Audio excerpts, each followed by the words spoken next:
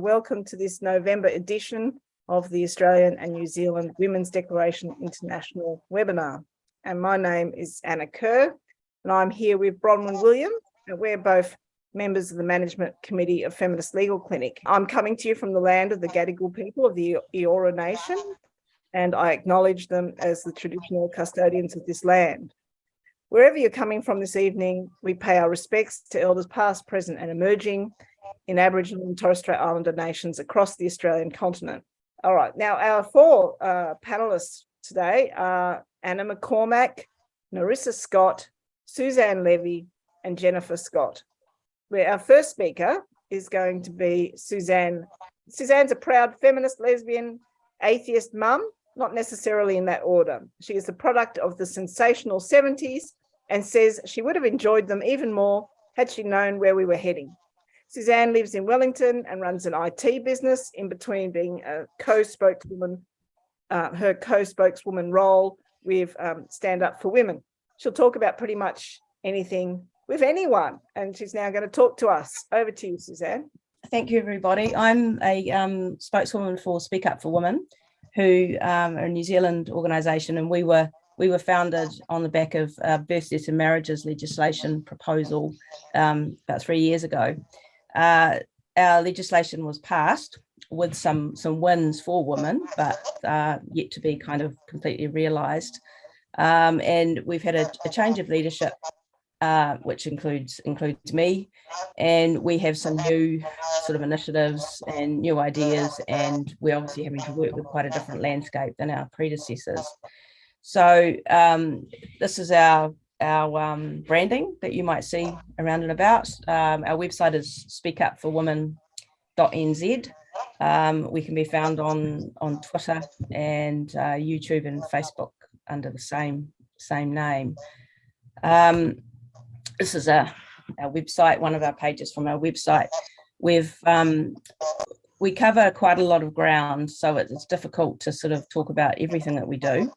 The things that we're hoping to concentrate on mostly, where we get the most traction, gender ideology in schools. We get a lot of engagement from parents who are concerned about this, and also in the background we're working on the human rights implications of the birth, deaths and marriages and the meaning of the word sex versus gender in our law. So we have a Human Rights Act, which is a little like the Equalities Act in the UK, and it says that you can't discriminate on various grounds like sex and political things and religion and race and those sexuality, that kind of stuff. And it also allows for exceptions relating to sex. So our focus is on keeping those exceptions. So the exceptions are things like accommodation, women's refuges, private spaces, sports, those kinds of things. And they allow us to discriminate on the basis of sex. And so what we're dealing with at the moment is that we have all of this talk in the media and across our government agencies that is using the word woman in such a way that it implies it means anybody who says they're a woman, where in fact our law hasn't changed. So in our Human Rights Act, sex still means sex, and it still means biological sex. So there's going to be some sort of action in that area, and we're just trying to keep on top of that and make sure that those exceptions are still allowed and that people are aware of them, because we come across groups who wish to provide single sex spaces but are told that they're not legal, that they're not allowed to do that anymore, that trans women are women, that kind of talk. It's not actually true.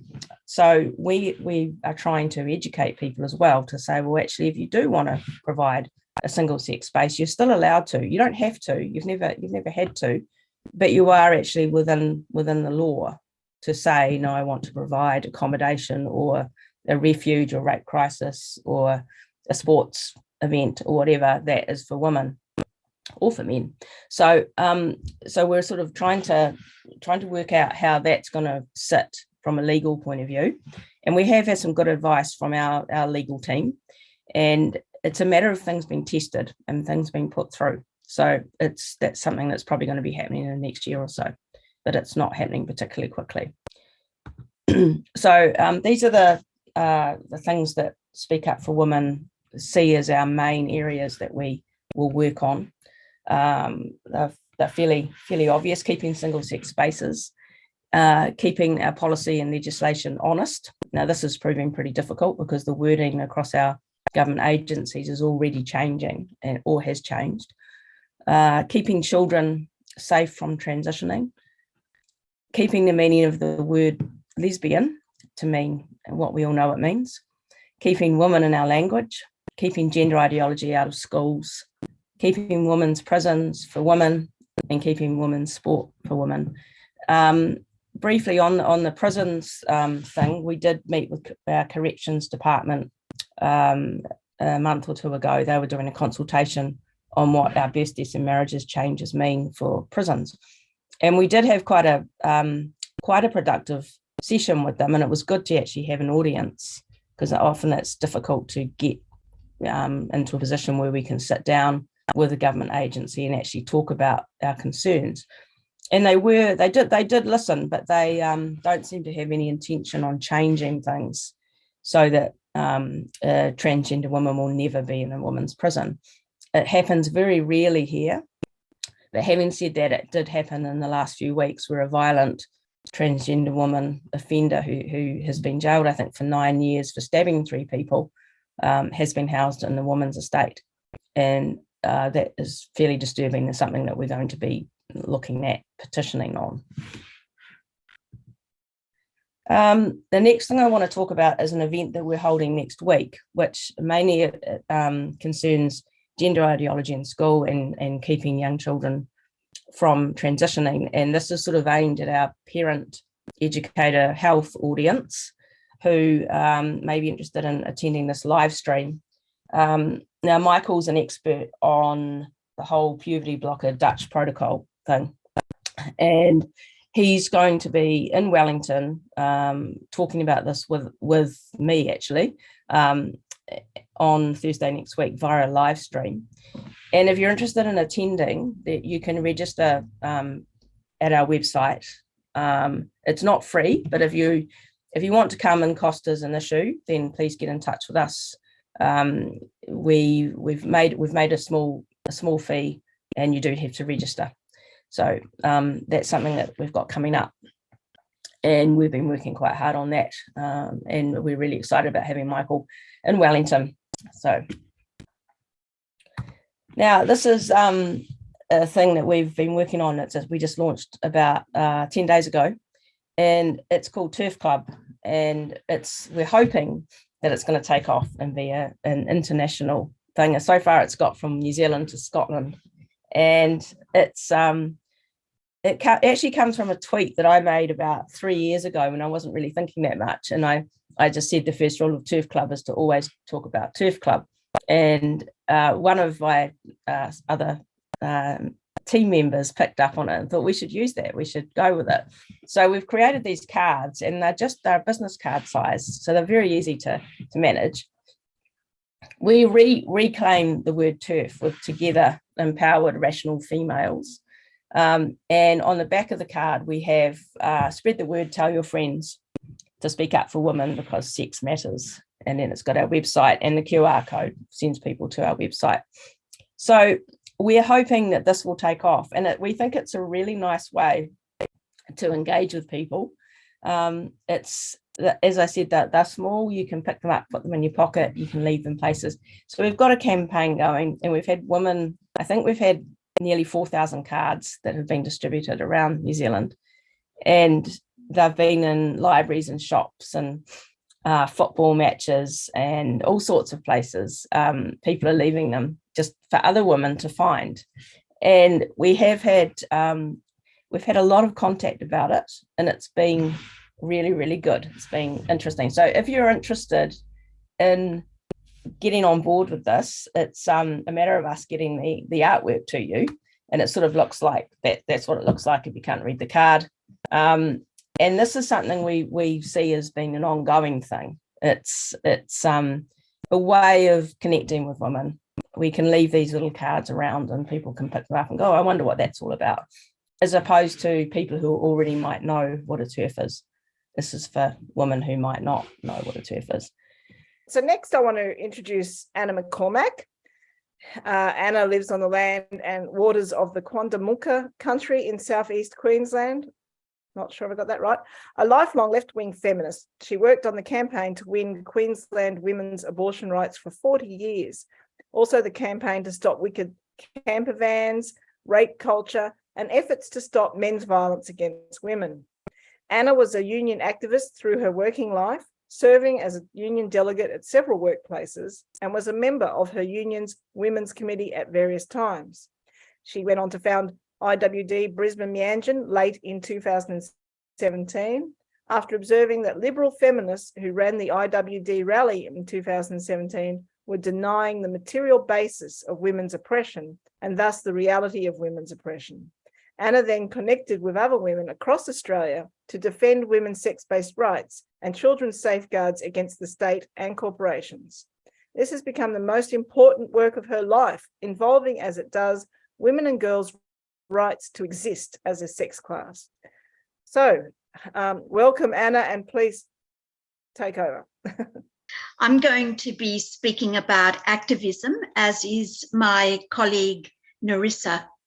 So the background to the questions that I want to consider, and which you may wish to also consider if you're thinking of being involved in activism, is that I've been involved in actions to oppose state-supported gender ideology and sex self-identification since 2018, and especially since 2021.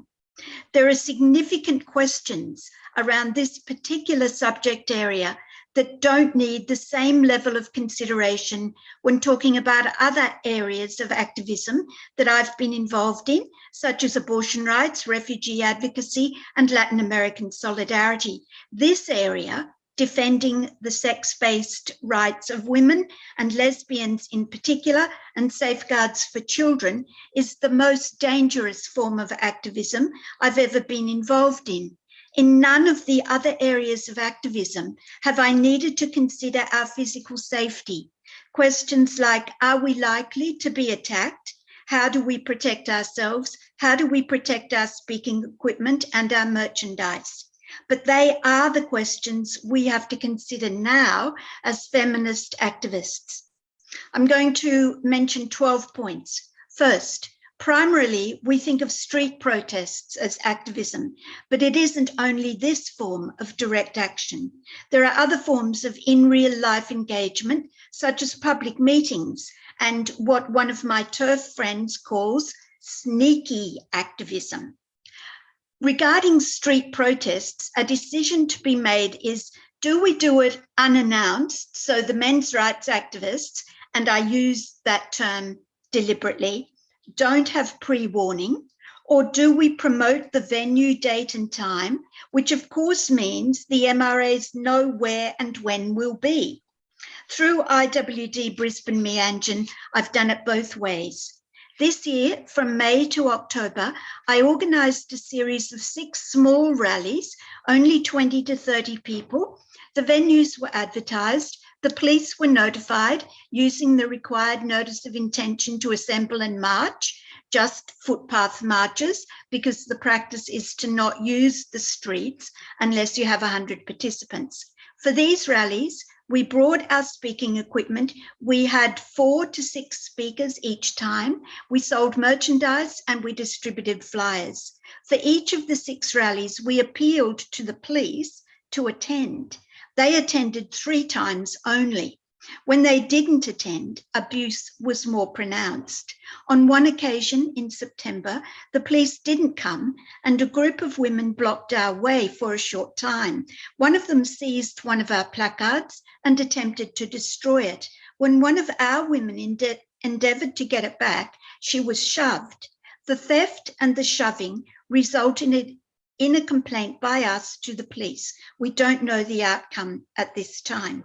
So the next month, in October, Following our usual appeal and a letter to the police minister, the police did turn up. This time, a group of 9 or 10 MRAs attended our rally, abused us, and there was one incident of physical aggression. The police were slow to respond to the aggression because they weren't expecting it. The police do need to pick up their game to ensure that we can exercise our right to assemble.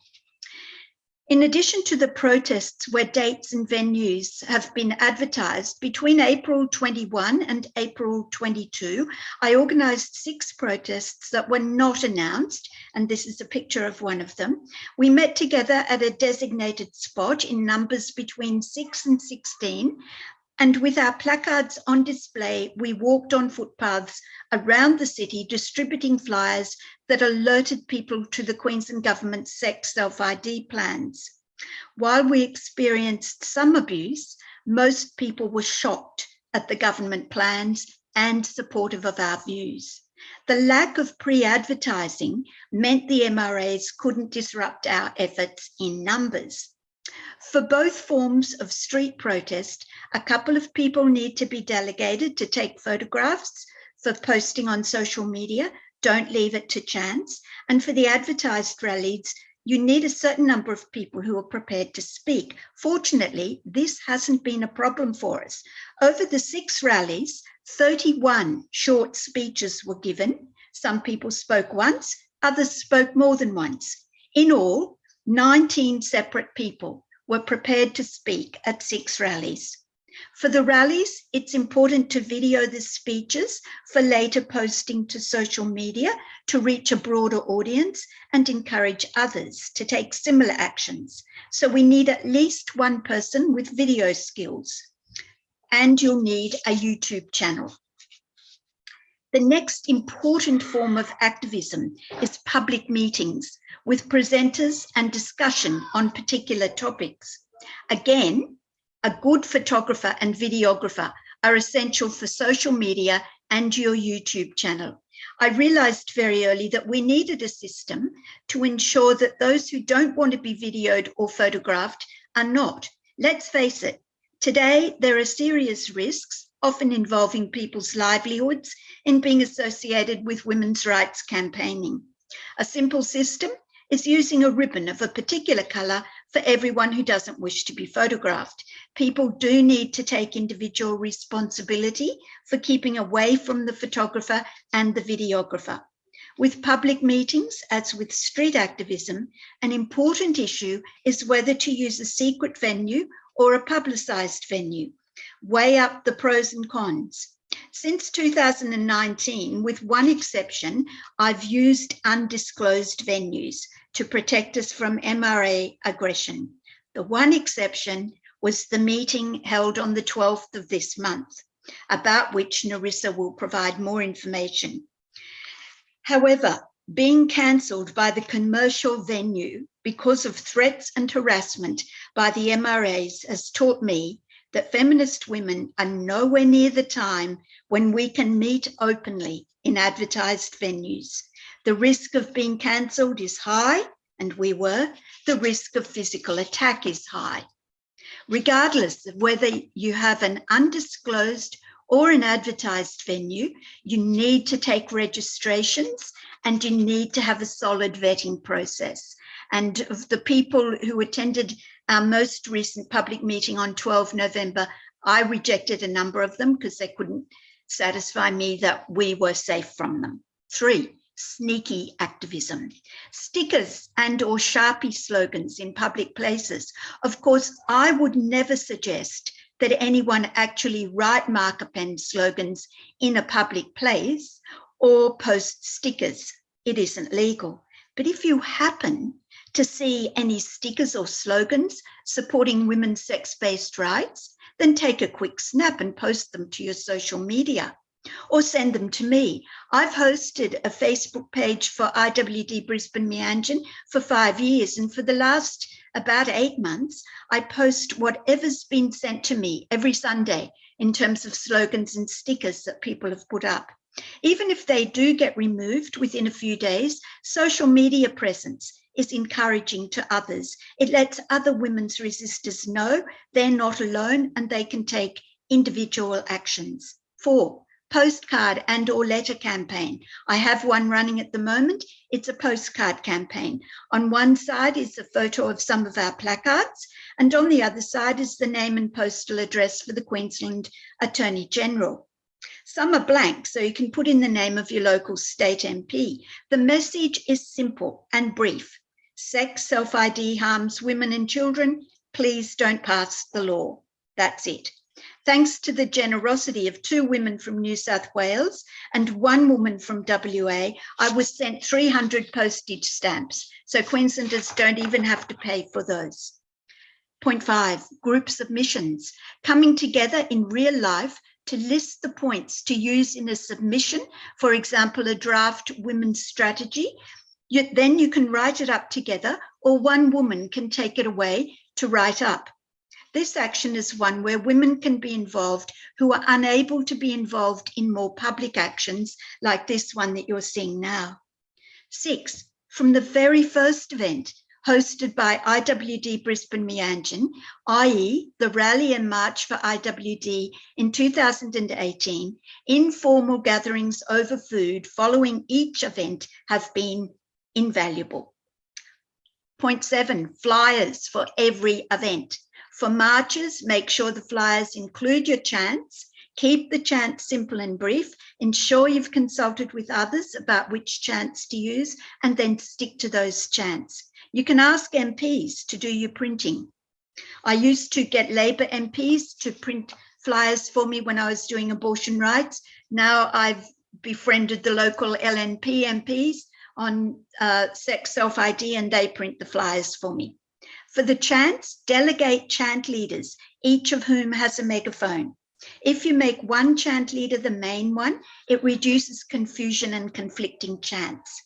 Point 8, IWD-BM probably has 40 to 50 core flutes, and you can see some of them there. They cover most of the areas where sex, self-ID and gender ideology set back women's rights and kids' safeguards, from lesbian erasure to safety and comfort in change rooms, to the harms of puberty blockers, to the bias of the ABC's reporting. There's often a choice in core flute thickness. Get the thickest you can afford, they'll last longer.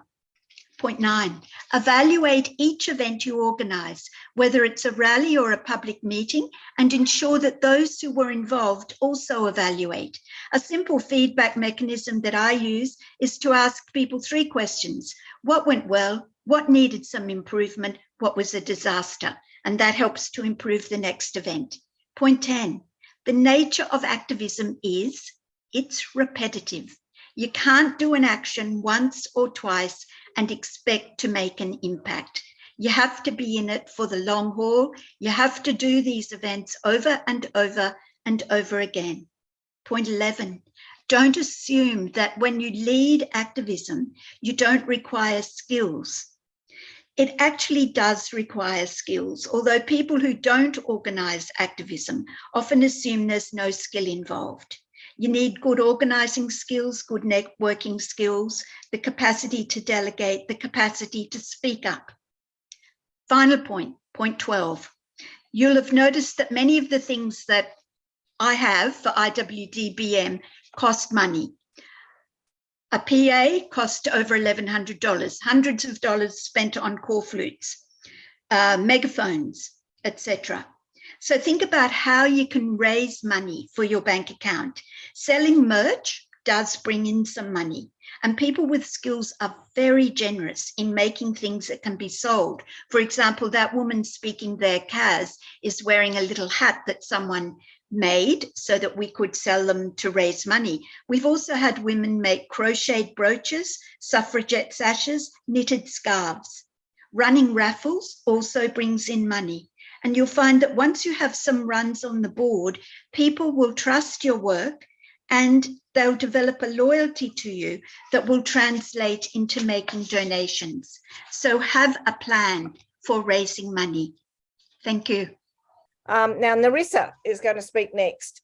Nerissa is a former radio broadcaster and journalist who has worked in commercial radio in Queensland, New South Wales and Victoria. Since 2020, Nerissa has been involved with IWD Brisbane Meanjin, defending women's sex-based rights. And Nerissa is also a spokeswoman for Save Women's Sports Australasia. Nerissa is very concerned about the erosion of women's rights in the name of inclusion and the silencing of women who dare to speak out about this. Nerissa speaks publicly about this on behalf of her young daughter and women everywhere. Thank you, Nerissa, over to you. So yeah, speaking to you from the land of the Gubbi Gubbi people, and I acknowledge the elders past, present and emerging. And I just wanted to say first up that many of the women standing up for our rights as adult human females are mothers and grandmothers. Many of these women are the face of our movement, for want of a better word. Although this phenomenon may be in part due to, my Kindle's just died, maybe in part because some of these mothers, and no doubt many of the grandmothers, don't have to worry about losing employment if we're targeted and cancelled by activists, which Anna Kerr mentioned before.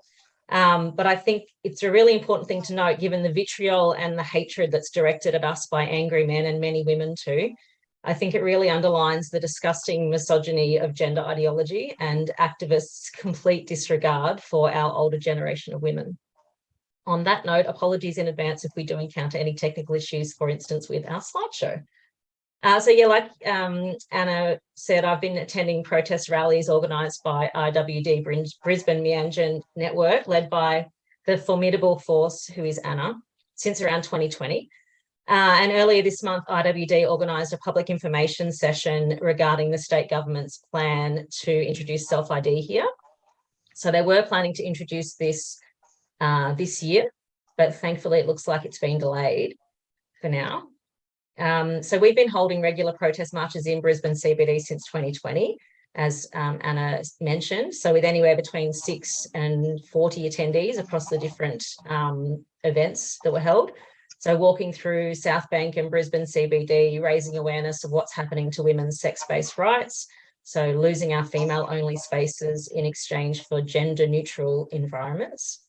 Anna also arranged a postcard drive that she mentioned, sending them all to the state MPs with most excellent images and quotes by Magdalene Burns, such as "It isn't hate to defend your rights." And we've also done the stickering, like she said, and the postcard drops in public places like in libraries, trying to raise public awareness about the ways that self-ID harms women and girls.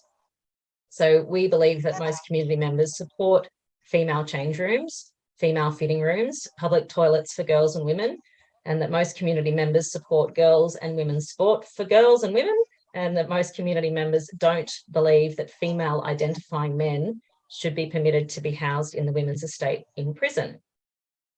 So the information session was originally to be held at the Royal on the Park.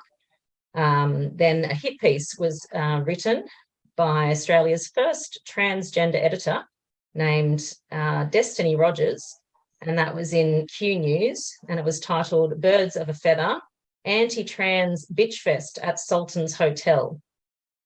The term bitchfest was later replaced with hatefest, but the URL still contains the slur bitch. So the article was an attempt to smear us as homophobic, highlighting the hotel's owner, the Sultan of Brunei, and his links to Sharia law and issues around homophobia. The article almost exclusively focused on the Sultan of Brunei and not on our rightful opposition to any man declaring himself a woman and being given unfettered access to female-only spaces and services. So our original venue reported receiving verbal and written threats to their current and future business if the event was to go ahead. Staff said they were not comfortable working at the hotel due to the repercussions of the event and the possible effects of any protest, including concerns for their physical safety. There's the lovely flyer that we had for the event, which a local artist here in Queensland, Donna, designed for us. So yeah, with a week to go out from the event after a heap of planning from Anna and her team of planning people, we were cancelled from the venue. So had to find another venue, and quickly, and managed to book another venue through Redland City Council. So the event did go ahead, and it was excellent. However, women, while we enjoyed morning tea and chatted, a protest took place outside our original venue. The protest was led by a man wearing lipstick, carrying a handbag over his shoulder with his long hair pulled back in a ponytail, shouting his demands into a megaphone, demands for access to women's domestic violence shelters and prisons. Police on foot, on motorbikes and in cars ensured that his right to spout this rhetoric freely was protected, because he had told the police he was expecting over 100 to march with him, hence the police presence. There was nowhere near this number. This man goes by the name Amy. So this person is the Queensland representative and coordinator of the National Queer Unionists in Tertiary Education Steering Committee, or QUTE for short, which provides advice to the National Executive on all matters related to LGBTQI+ members, including policy, bargaining claims, and membership issues. So Amy asked his followers to phone the council venue and to complain about our being gathered there and being allowed to gather there. Some of his followers did so as well, whilst others called our women fugly AFFR, which means fucking ugly as fuck for real, excuse my French, musty and dusty, and told us to eat shit, losers, followed by an offensive emoji. After we posted about our successful event, activists then targeted Redlands City Council to try and prevent us booking the venue again for any future events. And yeah, they tried to do a big reveal about our whereabouts, sort of tweeting, threatening sort of things like, let's do something about that. Thankfully, we can report that Redlands City Council has protected our right to freedom of speech. And we don't have to resort to intimidation, threats, or actual violence, because we know our argument is watertight and not unreasonable. Women and girls deserve dignity, respect, and privacy in female-only spaces. Women and girls need spaces away from men. So at the actual event, we had 4 speakers. So Steph Hughes presented from Fair Go for Queensland Women, and she spoke about the impact of self-ID on women in prison and on crime stats. Professor Diana Kenny, the former professor of psychology at the University of Sydney, now a consulting psychologist and psychotherapist who works with gendered questioning young people and their families. She spoke about the alternative to the affirmation approach. So the best analogy for this really is we don't tell anorexic children, or anyone for that matter, that yes, you're fat. And Kat Kariner is the founder and spokesperson for LGBT Defence Australasia, and she established the website lostwomensrights.com. And Kat told us about the impacts on lesbians who are same-sex attracted females. And Deborah Ackerson-Lovely, the Aussie Olympics and Commonwealth Games weightlifter, mother of 3 daughters, she explained that allowing males to self-identify into the women's sports category renders it unfair and therefore completely meaningless due to countless biological performance advantages. So I encourage you to go to the IWD Brisbane Meanjin YouTube channel, and if you haven't already, watch those presentations. They were just really inspirational. And as a side note, I did manage to arrange and pre-record a radio interview after our event to talk about what we saw, and also to, I guess, raise awareness again around the state government's plans to introduce self-ID here. However, the radio interview is still yet to be aired, and it's not looking very promising at this stage. It's apparently being run past the media organisation's legal department, and we're still waiting on an outcome. Interesting to note that I didn't use the word transgender or trans once in the interview. I simply referred to males and the valid concerns that women and other people have regarding self-ID. Thank you. And our final speaker that we're moving to now is Jennifer Scott. So we're moving back from Queensland back to New Zealand again with Jennifer, who is a registered nurse and has been for around 8 years, working in a variety of different areas, and has also travelled extensively in Europe and lived in Australia, the United States and the United Kingdom. Jennifer is from Dunedin and returned when she was 30 and started working again in mental health nursing. And I'm very interested to hear what Jennifer has to say as a health professional. So over to you, Jennifer. I'm across the ditch, and I'm in the South Island, so it's not really that warm here at the moment, a bit cold. Back to the shush. Right. So how I fell down the gender rabbit hole was noticing the medical records being changed on my ward and noting an increased admission rate to the ward with people with gender dysphoria. This wasn't being recorded as such, and the trans label was being placed onto them. So I'd worked in mental health within the last 3 to 4 years, and I actually moved to a better ward, you could say, within the this was a year or two ago now. So I was only there for about 6 months. So I could see the increased admission rate even in that 6 month period.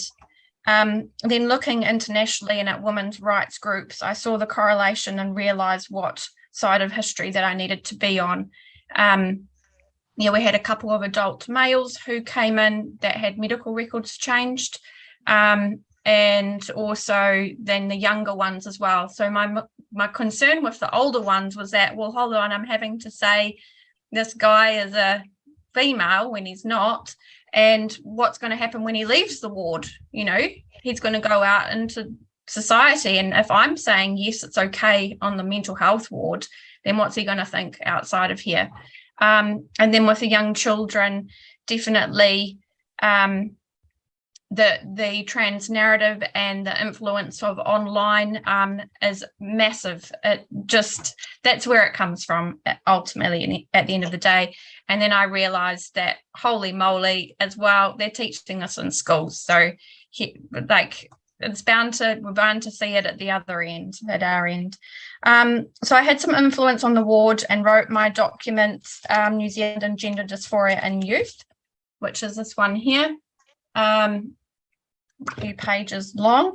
As I could see the political climate and the legislation that was going to affect it all and create children with gender dysphoria. So I wrote this in May 2021. So the legislation that was coming through was the BDMRR bill, the conversion therapy bill, and then eventually the hate speech. I was like, well, that all links up quite nicely. So at the time, I didn't know of any other medical professionals speaking out in New Zealand or writing on the subject. And many of the current politicians, they have a copy of my document, and at the end of it, I've just asked for an urgent review of puberty blockers. So it's been over a year. I mean, all of them ignored that.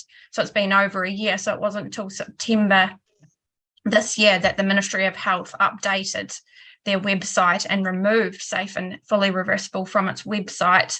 And that was after the Tavistock Clinic was asked to close in the UK. So I spoke with a few clinicians who I had a good relationship with on the ward. And of course, it wasn't really a topic that anybody wanted to talk about. And it was also known to be a political topic. So I was in a position working in the health sector where the top-down legislation was affecting me at the bottom. So I could see it's all perfect flow, really. Then I met other wonderful women at Speak Up for Women events where we talked about the BDMRR bill. And it was in these early stages that I was realizing that I was not only fighting for other young girls, but also for myself. So it's being a bit of a juggling act, trying to remain professional, but also speaking out against it all at the same time. So I'm just going to quickly go on to a slideshow presentation, and I'm going to talk a little bit about breast binding, because ultimately, as a registered nurse and as a nurse, we're the ones that have to then, why would I be promoting this stuff when at the end of the day, I'm going to have to cleaning up the mess from the girls who have done their breast binding wrong and they've got scars and they've got, all these physical and psychological things done to them. So I'll just swap over. Breast binding has multiple negative physical complications. Long-term use can cause fracture of ribs and prevent adequate breathing. Inadequate use can cause bruising, scarring, and permanently damaged breast tissue. So a small case study for medical professionals is that a young girl presents at ED who is lethargic and has a fever On closer inspection, she's wearing a binder which has now cut her flesh as an infected. Her breathing has also been impacted. As a healthcare professional, it is unacceptable to ignore this issue and show her how it should be done. She needs therapy to help her with her negative self-thoughts, not provided affirmation of her dysphoria, which has led to self-harm. Doctors, stop. Your diagnosis of F to M is wrong. No child should have medical notes written in this language. It's gender dysphoria. And ultimately, I kind of feel like it's sloppy medical care that's taking place. And the assessment is being rushed, and that the doctors don't know the term. Lots of doctors don't know the term gender dysphoria, and so they're just going along with the trans narrative. So here we can see binder or corset. What's the difference? The trans ideology is anti-woman, anti-feminist, and it is just self-harm and self-abuse. And like we've said before, that you wouldn't give an anorexic girl liposuction. So why would we be removing the breasts of young girls who are really not loving themselves? So the next couple of pictures are going to be a little explicit, and then not photos from New Zealand or Australia. I think they're photos from America. They've been found online. So if you're a bit nervous about seeing pictures of the surgeries, then just turn away. So this is all in the name of inclusivity, and this has been relabeled as top surgery. Yeah, and this is really sad, really sad. And at the end of the day, I remember when I first started seeing these pictures, and it made me feel really uncomfortable. And that's what I want people to take home, is this is an uncomfortable feeling, and this is not right, what has been done to these girls. So the trans agenda in New Zealand is, we've got the relationships and sexuality education that was released in September 2020 into schools. Then we have the guidelines for gender affirming healthcare in medical practices. We've got PATHA, the big organisation here. I'm pushing for an investigation to be done into this organisation. However, of course, it's falling on deaf ears at the moment. And then in our lovely healthcare system, we now have the medical records being changed. So this is the drop-down menu in the system, which you can have not specified, female, male, gender diverse, indeterminate, and unknown. So I found that at the start of 2022, that would have been in like January, February, when a male on the ward had his medical records changed to female. So I've done a lot of digging into this and how did this one happen. So this is where, unfortunately, for the BDMR bill, they'd already pushed this through. They'd already done all the changes before we'd even got to vote on it. So yeah, they're very cunning in what they're actually doing. So yeah, then we had the banned conversion therapy bill, and then the BDMR bill, which equals confused youth, sterilised children, healthy body parts removed, irreversible damage to families, rapes of women in prison, changing of language, sex-based human rights ignored and eroded, and profits for the pharmaceutical industry.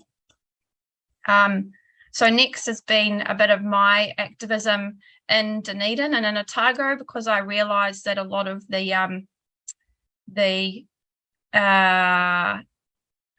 trans narrative is coming out of the universities, which we are kind of all aware of. That was me outside Radio 1, that trying to get them to interview me, because they did an interview with a group called Terf Free Uripuri on Instagram. So they have been my lovely stalker. They give me lots of airtime, so I don't really mind. Then we have the posters that I kind of put up around town and how they destroy them and what they write on them.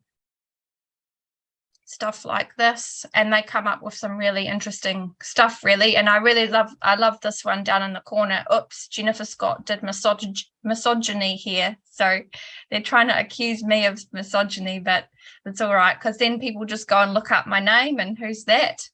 Yeah, they spelt it wrong one time as well. So then the other activism for like Suffrage Day I've been involved in. Same with helping Mana Wahine Kōrero in New Zealand, doing the chalking. Mana Wahine Kōrero did a campaign of Mayday, Mayday, where we did postering. Last year was Suffrage Day. We did a stand to celebrate in the Octagon, but we had about 25, 30 youth on the other side of the road protesting us, which was a really interesting experience. And yeah, like other women all throughout the world, it's about now working out, do we advertise these things or do we just do it secretly? And if we do advertise it, then do we need to have police there? And it's just, to me, this is just insane, because a few years ago, Suffrage Day was celebrated in New Zealand like openly, very freely. It was advertised in the newspapers, and now all of a sudden it's all, you know, who are these women on the street? So yeah, we had a really fun day last year. And then this year we did it a little bit differently. So we weren't based in one spot. So we traveled around Dunedin and we did little activist things. So we did the crossings and made some fabric art in the Octagon.